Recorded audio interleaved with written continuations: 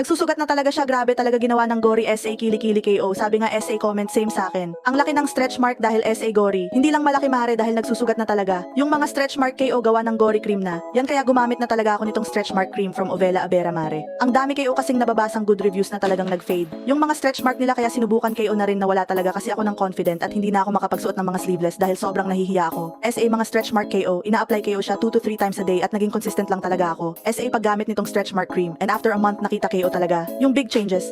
Just like this, and put small amount lang inahan ha, huwag damihan, and put this part kung saan mayroon kayong stretch mark, lalo na sa mga tiyan, sa mga mamshis out there na mayroon sa mga stretch mark sa tiyan na parang mga ahas, ringworm, day, tambali na day.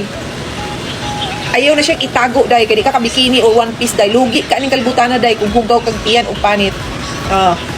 So, yan, ginagamit-gamit tayo niyan, no? Pero wala pa eh, hindi pa ako nakaka 1 week gumagamit nito, mga mima. Pagpapatuloy ko kasi dapat consistent tayo sa paggamit once na. That's why, kung mayroon ka again ng mga stretch mark, grabs mo na si Ovela Abera para maging balik alindog yung mga skin nyo.